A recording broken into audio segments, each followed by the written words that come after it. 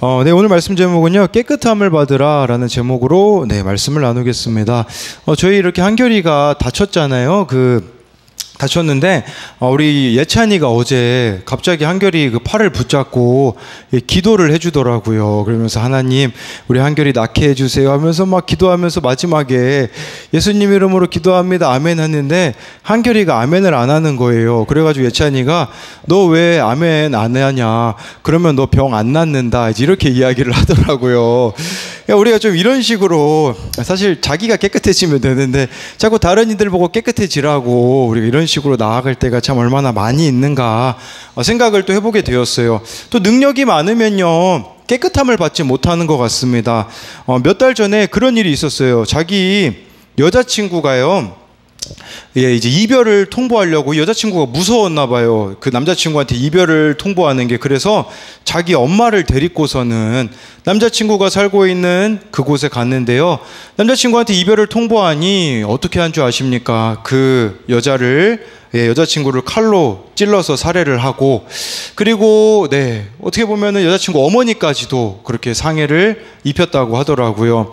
뻔뻔한 게 뭐냐면요, 변호인단을 10명이나 꾸렸다고 하더라고요. 무슨 말이냐면 능력으로 회피하는 거죠. 나는 최소한의 형벌만 받을 거다라는 것을 능력으로 회피하니까 깨끗함을 받지 못하는 게 아니냐라는 것이에요. 이 깨끗함을 받는다라는 것은 저와 여러분들에게 회개할 기회가 주어지는데 그 회개의 기회를 거부하는 것을 말하는 것이라고 볼 수가 있어요. 오대원 선교사님이 쓰신 두려움의 집에서 사랑의 집으로 라는 책에요, 이런 내용이 나오더라고요.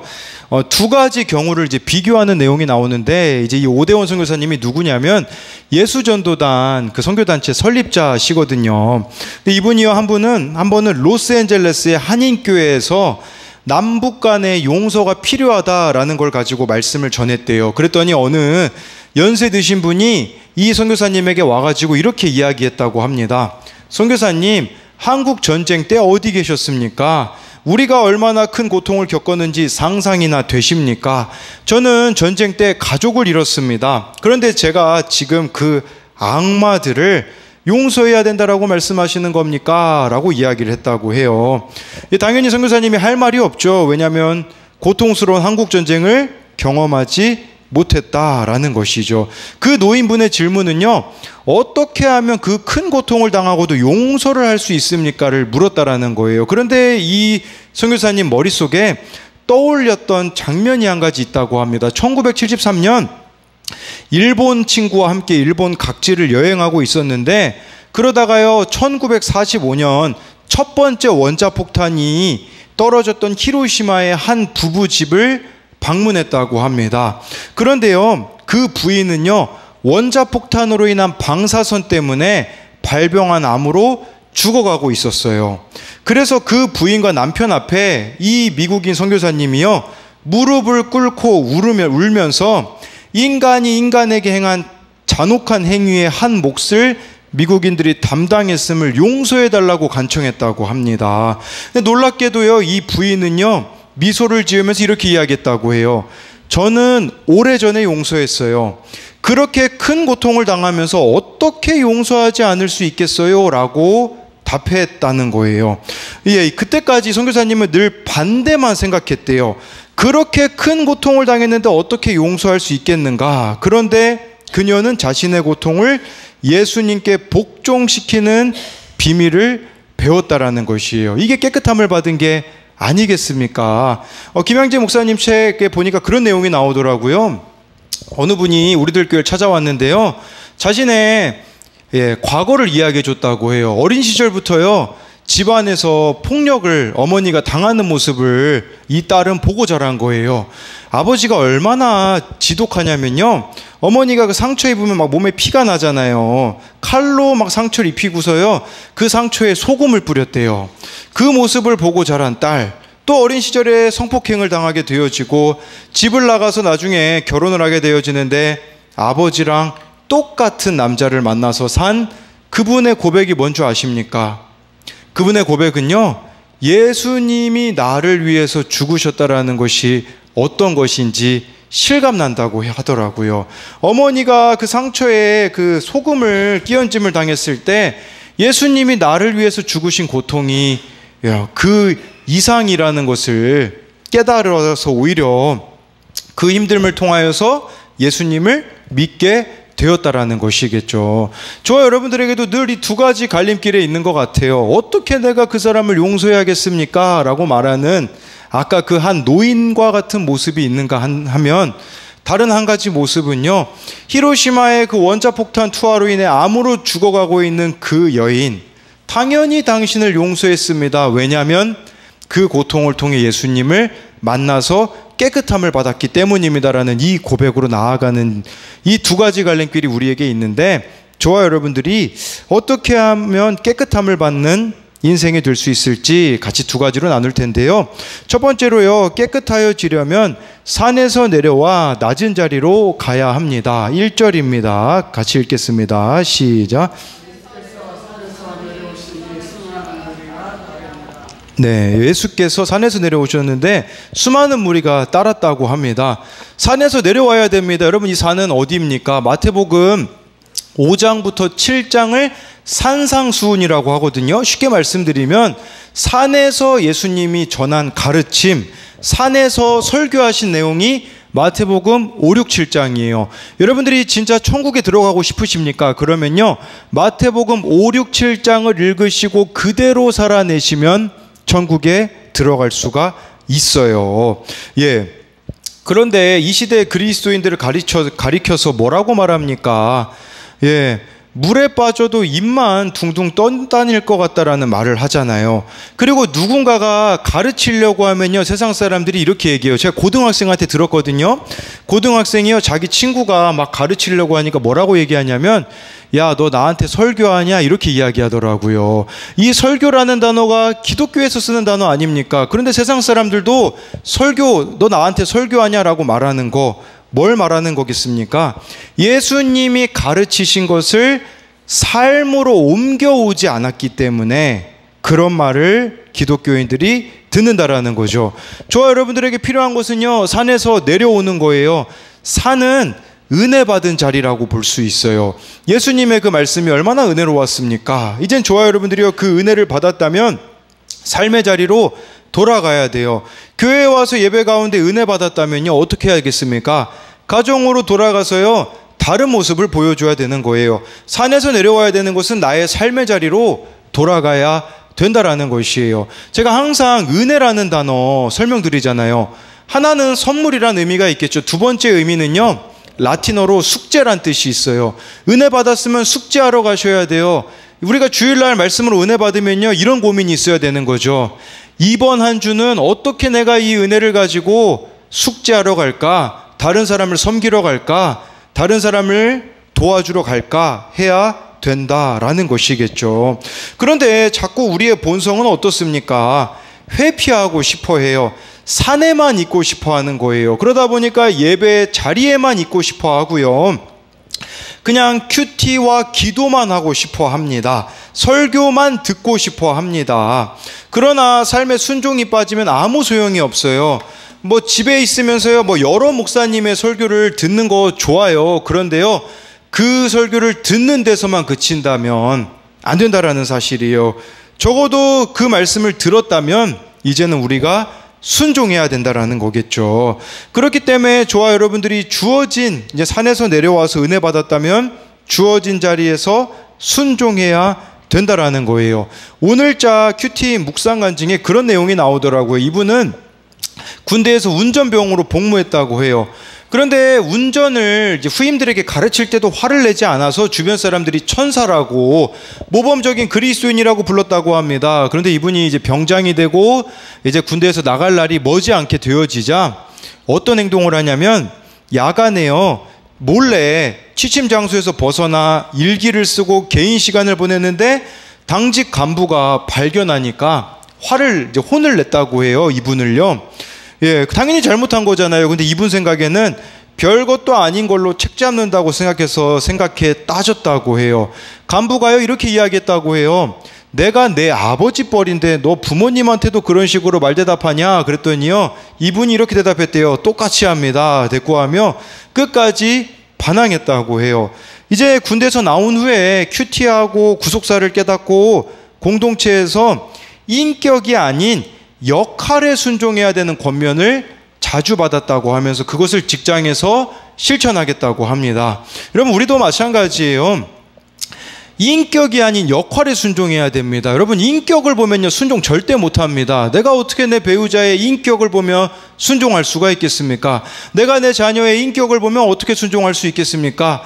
역할을 봐야 되는 것이겠죠. 하나님이 나에게 허락하신 역할이기 때문에 순종하는 거, 그게 바로 산에서 내려오는 적용이라는 것을 말씀해주고 있는 것이에요. 예수님이 산에서 내려오시자마자 누구를 만났습니까? 우리 2절 말씀 같이 읽어보도록 하겠습니다. 시작. 한 나병 환자가 나와서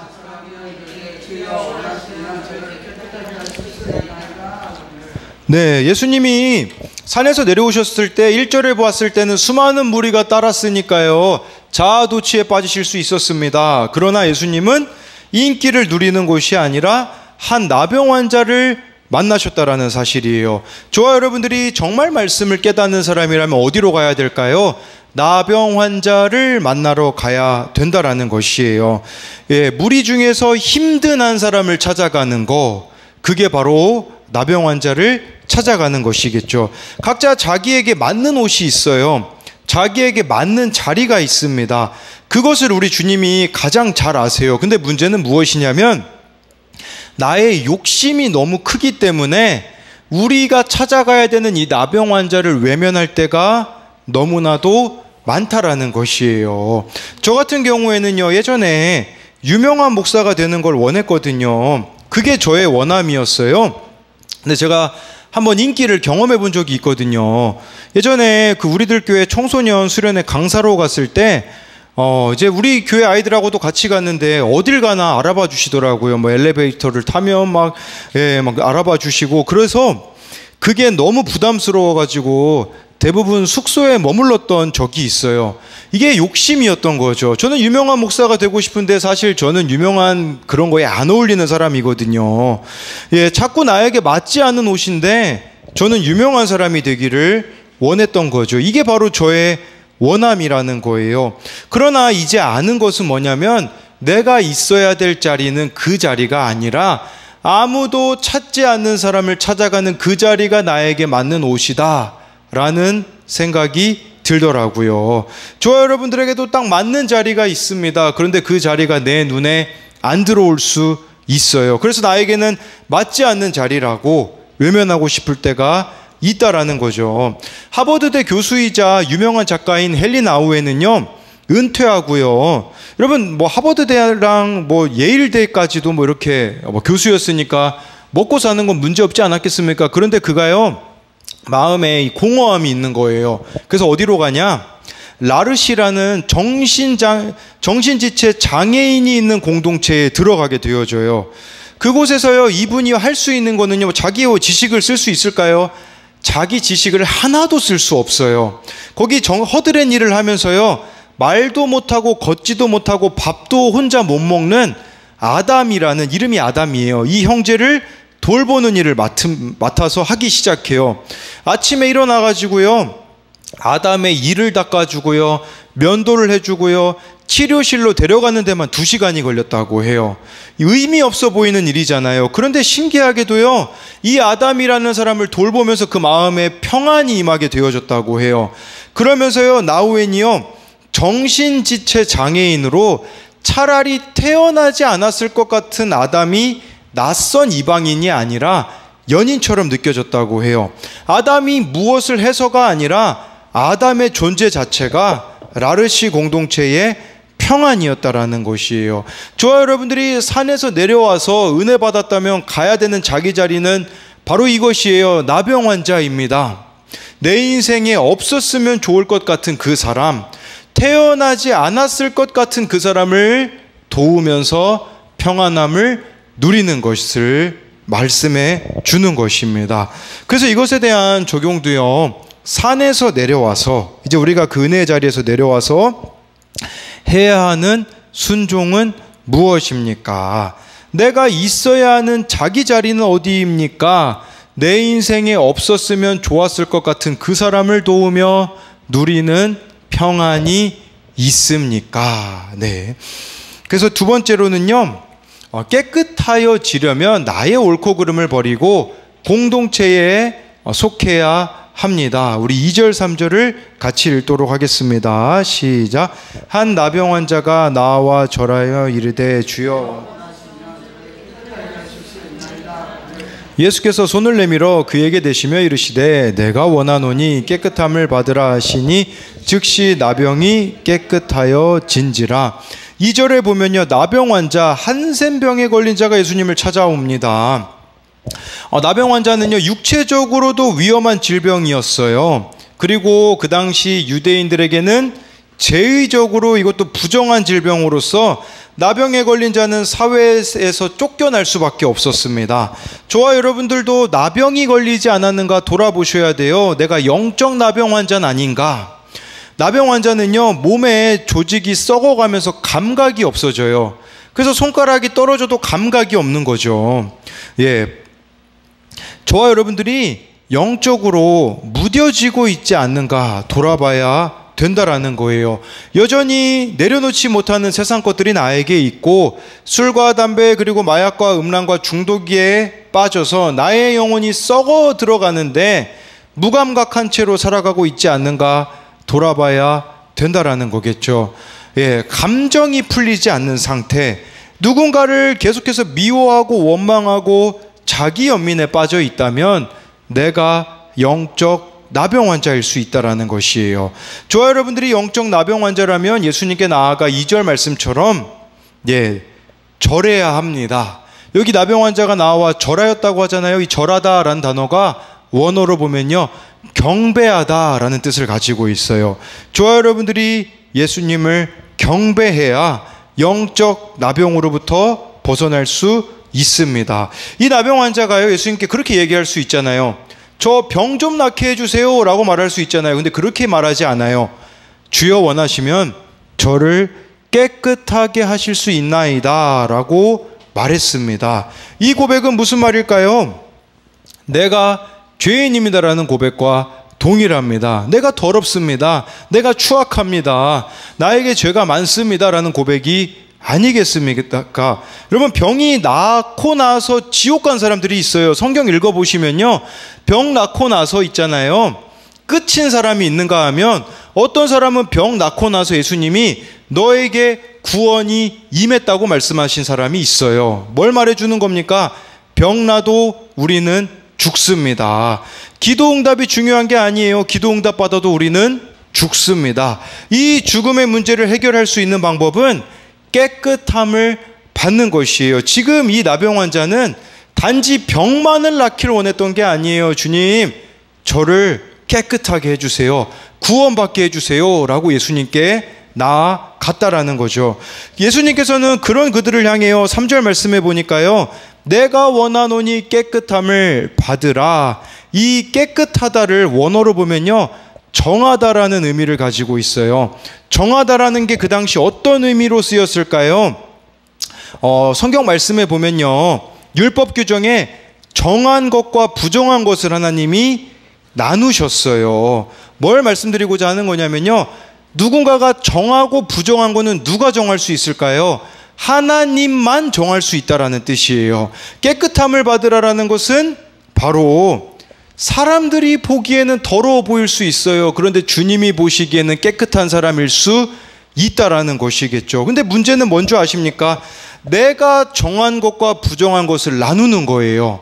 나의 이 옳고 그름으로 인하여서 하나님이 나누셔야 되는 이 정한 것과 부정한 것을 내가 스스로 나누어 버리는 거예요. 그렇기에 내 생각에 나의 배우자가 부정해 보이니 자꾸만 버리고 싶은 겁니다. 나의 자녀가 내 눈으로 부정해 보이니 내 마음대로 되어지지 않으니 부정해 보여서 버리고 싶은 것이에요. 그런데 주님은 우리에게 내가 깨끗해지기를 원하신다라고 말씀해 주고 있는 거죠. 내가 깨끗해지는 게 뭡니까? 내가 영적 나병 환자라는 것을 고백하게 되는 것이에요. 이게 안 되어지면 누군가가 죽도록 미울 거예요. 이거는 딴 사람 얘기가 아니라 제 얘기입니다. 제가 이게 안 깨달아지니까 우리 교회 청년이 우리 교회 청소년부 망했다면서요 라는 말을 했을 때 죽이고 싶은 그 미움이 제 안에 있었어요. 그런데 제가 영적 나병 환자라는 걸 깨닫지 못했기 때문이었거든요. 영적 나병 환자라는 게 깨달아지니까 진짜 맞는 말이구나, 망한 게 맞구나 라는 것을 인정하게 되어지더라고요. 네, 이처럼 3절 말씀해 보면요, 예수님은 깨끗함을 받으라고 하시면서요, 나병 환자에게 손을 대세요. 그냥 말씀으로만 치료하실 수 있어요. 3절에 손을 내밀어 그에게 대시며 라고 말씀해 주고 있는 거죠. 여러분, 그러면요, 더러운 사람 만지면 어떻게 돼야 될까요? 예수님이 더러워져야 되잖아요. 반대예요. 예수님은요, 깨끗함을 전염시키는 거예요. 거룩함을 전염시키는 것을 말씀해 주고 있는 것이죠. 여러분, 예수 믿는 사람들은요, 더러운 사람을 만져야 됩니다. 죄인들을 만져야 돼요. 그래서 나의 거룩을 전염시켜야 되는 것이 우리들의 역할이라는 거죠. 이 역할을 잘 감당했던 사람 중에 한 명이 누구냐? 사도 바울입니다. 사도 바울을 가리켜 사람들이 뭐라고 이야기한 줄 아십니까? 사도행전 24장 5절을 우리 같이 읽어보도록 하겠습니다. 시작.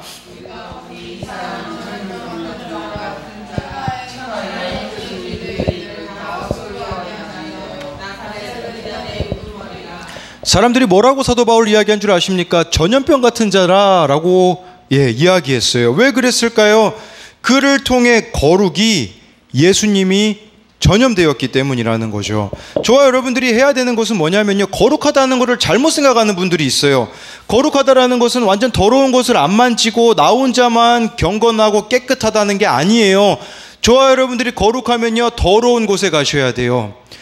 저와 여러분들이 소외된 곳으로 가셔야 됩니다. 외면하고 싶은 곳으로 가셔야 돼요. 거기 가서 나의 거룩을 전염시켜야 된다라는 것이에요. 근데 문제는 뭔지 아십니까? 내가 이 거룩을 전염병 같은 자라는 소리를 들으면서 전염시켜야 되는데, 우리의 문제는 무엇이냐면요, 자기 의에 빠져서 다른 이들을 전염병으로 보고 멀리하고 회피해버린다는 사실이에요.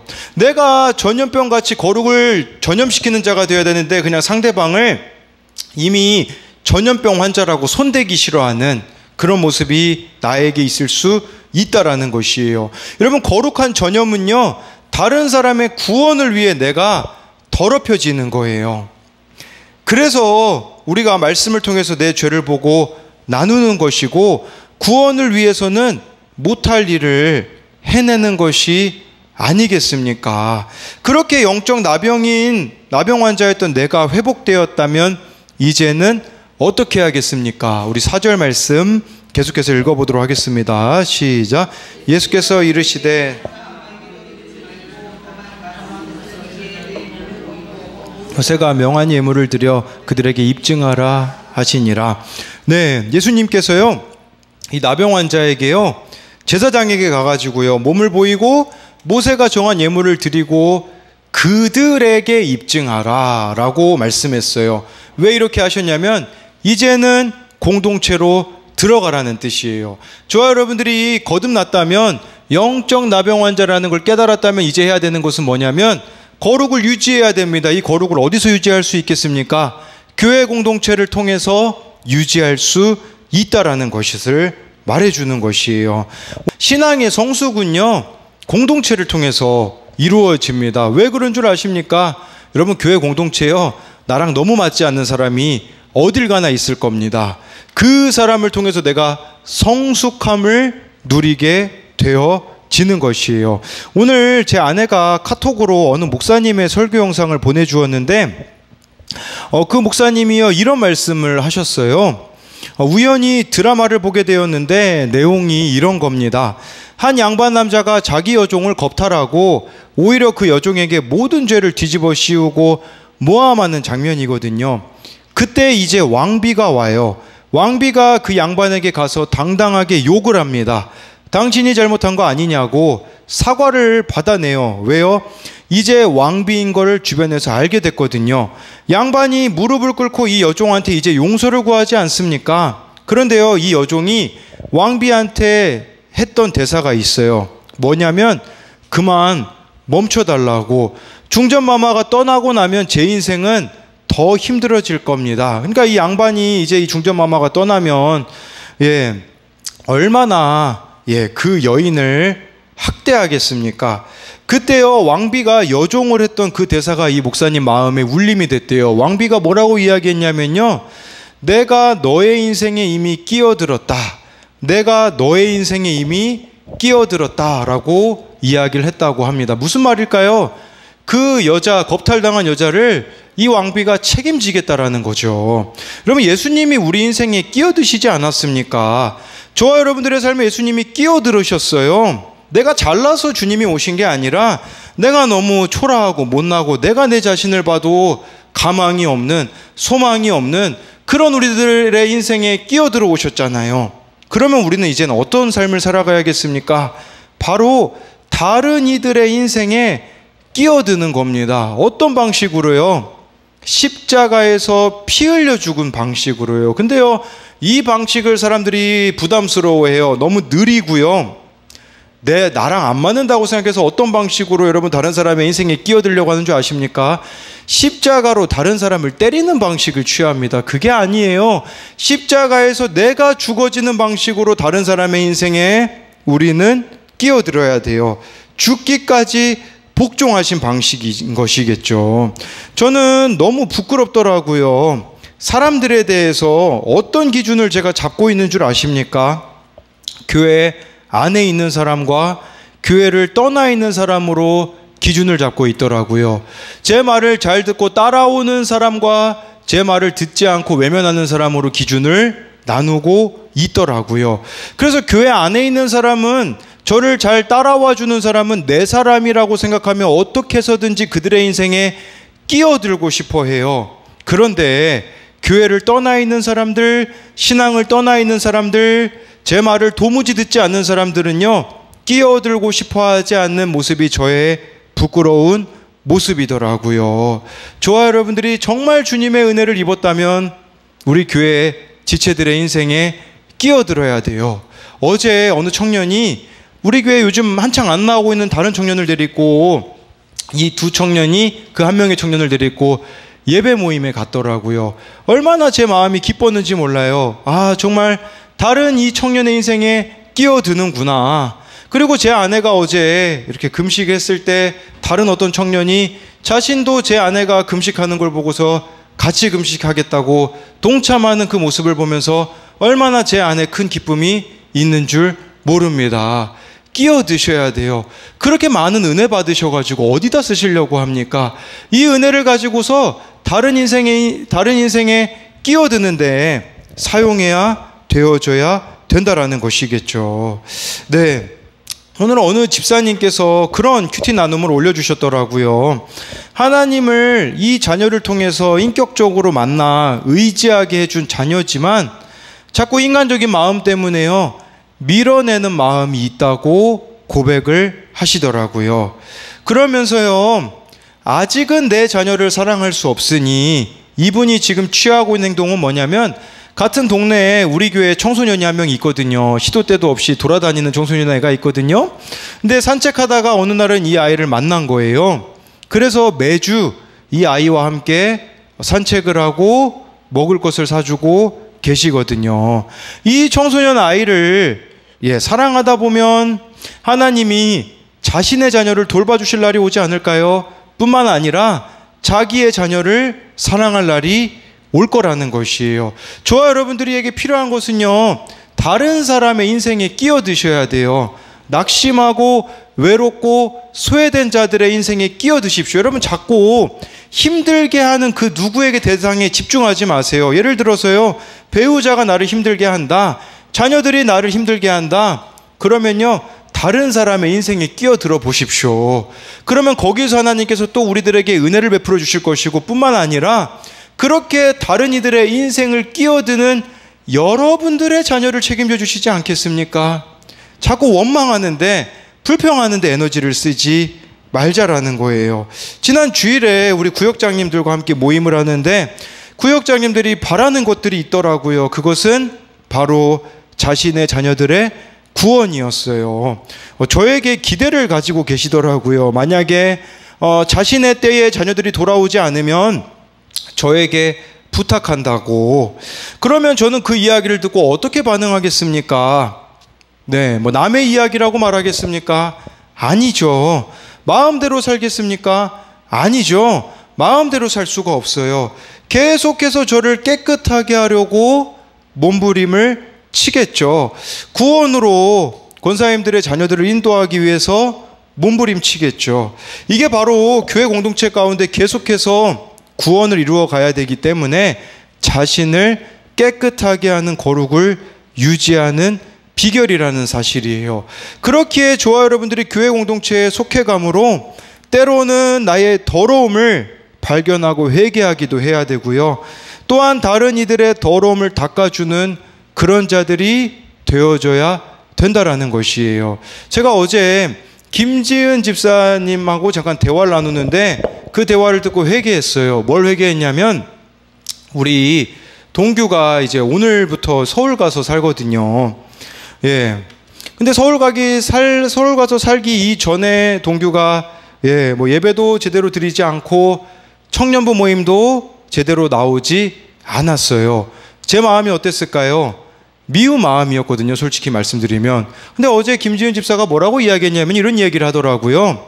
동규가 이제 서울에 직구했다라고 그렇게 인스타그램이라고 올리자 그렇게 연락을 했다고 하더라고요. 뭐라고 연락을 했냐면 동규에게 서울에서 무슨 일이 있으면 우리 백성호 청년에게 연락하라고 그것도 가르쳐주고 그리고 어디에 있든지 우리 교회 공동체의 지체라고 그렇게 이야기를 했는데요.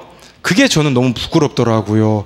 제가 부끄러웠던 건 뭐냐면 동규가 서울에 가면 어떻게 해서든지 저는 더 관심을 가지고 더 사랑해야 될 방법을 모색해야 되는데 저의 이 옹졸한 마음은요 좁아 터져가지고요 마치 그냥 교회를 떠나면 끝인 거와 같이 생각하고 있는 그 모습이 하나님 앞에 회개하게 되어지더라고요. 뭘 말씀드리고자 하는 거냐면 교회 공동체 다른 지체들을 통해서 저의 부끄러움을 보는 거예요. 왜 나에게는 저 사랑이 없을까라는 모습을 보게 되어지는 것이겠죠. 그렇게 저와 여러분들이 끝까지 거룩해질 수 있는 비결은 다른 데 있지 않습니다. 정말 이 교회 공동체에서 함께 말씀을 듣고 함께 나의 어려움을 내어놓고 기도하며 거룩을 향하여서 나아가는 그 삶만이 우리들을 정결하게 해준다라는 사실이에요. 그렇기에 정말 나의 이 더러움을 말씀을 통해서 예배를 통해서 발견하고 이제는 그 더러움을 넘어서 다른 사람의 더러움을 닦아주는 다른 사람의 인생에 사랑으로 끼어드는 그 한 사람 한 사람이 되는 여러분들이 되기를 소망합니다. 네, 적용 질문은요. 나는 거룩을 전염시키고 있습니까? 아니면 다른 이들을 전염병처럼 보고 있습니까? 또 한 가지는요. 교회 공동체를 통해서 나의 더러움을 회개하며 다른 이들의 더러움을 닦아주고 있습니까?